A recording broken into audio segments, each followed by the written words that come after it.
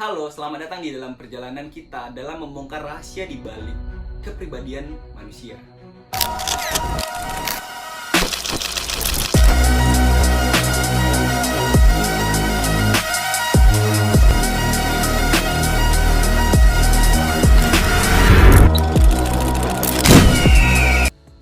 Jadi, dalam video ini kita bakal membahas tentang 5 teori psikologi kepribadian yang paling menarik. Pertama, kita mulai dengan teori ekstraversi dan intraversi by Carl Gustav Jung. Carl Gustav Jung merupakan salah satu tokoh psikologi analisa. Carl Gustav Jung mengemukakan salah satu teori tipologi sifat, yaitu ekstraversi dan intraversi. Jadi, menurut Carl Gustav Jung, manusia memiliki dua tipologi sifat, yaitu ekstraversi atau ekstravert dan dua intraversi atau introvert. Jadi menurut Jung, orang dengan sikap ekstrovert itu cenderung mengumpulkan energi dari dunia luar atau berfokus pada lingkungan sekitar. Sehingga orang-orang dengan ekstrovert itu cenderung memiliki sifat yang aktif, terus ramah, mudah bergaul gitu. Begitupun sebaliknya, introvert. Orang dengan kecenderungan introvert itu lebih cenderung kepada diri yang menyendiri.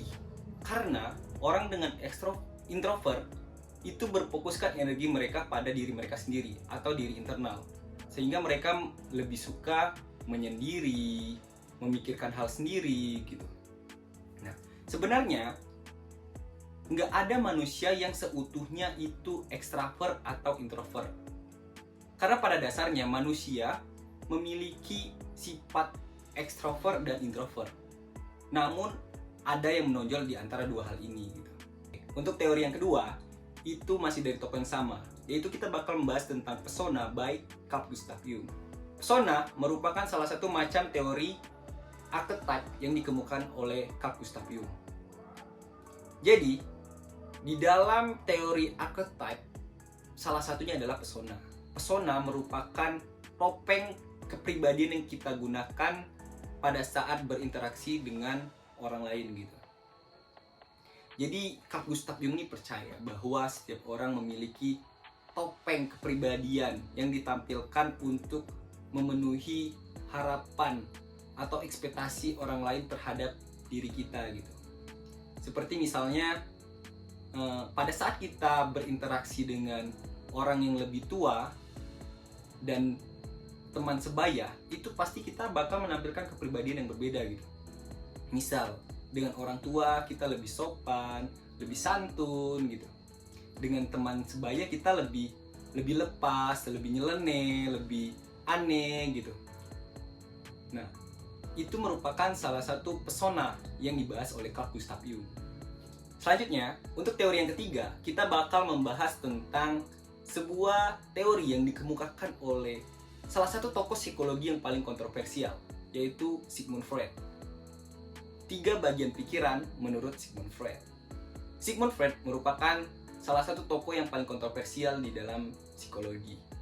Sigmund Freud telah mengemukakan teori-teori dalam psikologi seperti psikoseksual, lalu ada Oedipus kompleks, lalu ada alam bawah sadar gitu, interpretasi mimpi. Banyak teori-teori yang dikemukakan oleh Sigmund Freud ini yang membantu di dalam psikologi klinis gitu.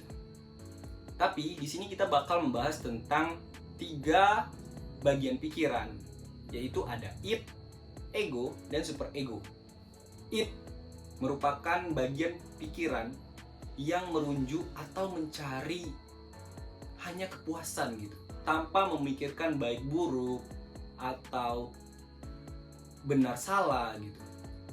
Hanya keinginan yang menonjol yang diinginkan oleh id gitu. Lalu ada superego. Superego merupakan nilai atau keyakinan moral atau kepercayaan yang kita yakini pada diri kita gitu. Seperti moral dalam masyarakat, peraturan, lalu dosa gitu. Terus ada yang namanya ego. Ego merupakan jembatan antara id dan superego. Karena id dan superego itu sering bertolak belakang gitu. Kadang seperti kita memiliki keinginan melakukan sesuatu tapi dibatasi oleh rasa kepercayaan atau rasa nilai yang kita miliki. Keinginan kita merokok supaya terlihat keren misalnya. Dan superego yang kita yakini untuk tidak melakukan hal yang tidak sehat gitu. Sehingga ego itu mengemukakan atau memediasi, memunculkan solusi bagi id dan superego gitu. Misal kita ingin terlihat keren dengan merokok tadi kan. Lalu supaya hal itu tidak terjadi, ego mengemukakan ide kita makan permen gitu. Itu kan sehingga terpenuhinya rasa keinginan untuk keren tapi tetap sehat gitu. Nah, seperti itu tugas dari ego. Untuk teori yang keempat, kita bakal bergeser sedikit ke aliran psikologi humanistik. Kita bakal membahas tentang piramida kebutuhan by Abraham Maslow. Jadi, Maslow mengemukakan sebuah teori tentang piramida kebutuhan, bahwa manusia memiliki kebutuhan yang bertahap layaknya piramid gitu. Sehingga manusia harus memenuhi kebutuhan yang paling dasar sebelum menaiki kebutuhan yang paling atas gitu. Jadi ada 6 kebutuhan menurut Abraham Maslow.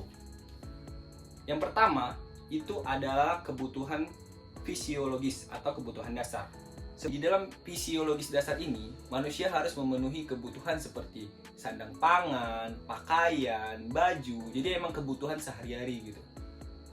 Sebelum menaiki kebutuhan selanjutnya, yaitu safety needs. Di dalam safety needs ini, manusia membutuhkan adanya rasa aman dari hal sekitar. Seperti kita butuh rumah supaya terhindar dari penyakit seperti masuk angin atau terkena bencana alam, badai, hujan gitu. Itu yang namanya safety needs. Terus ada kebutuhan love and belonging needs gitu. Kebutuhan untuk dicintai dan disayangi. Seperti kita contohnya memiliki teman, memiliki keluarga, kebutuhan cinta dari lawan jenis dan lainnya. Yang ketiga ada self esteem atau kebutuhan untuk dihargai.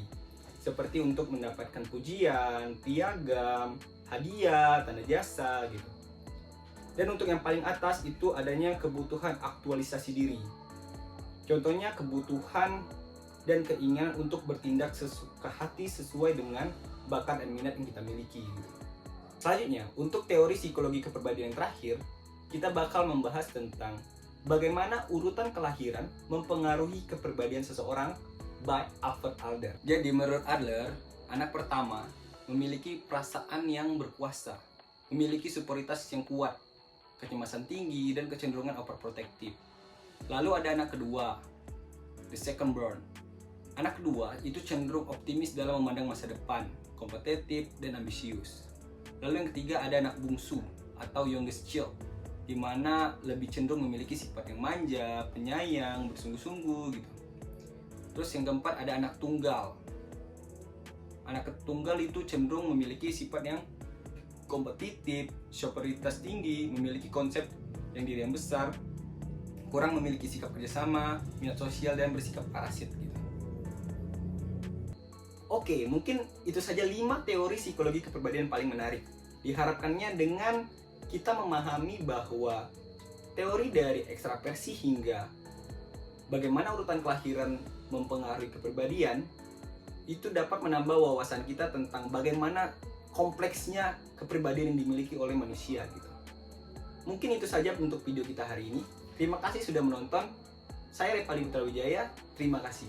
Wassalamualaikum warahmatullahi wabarakatuh.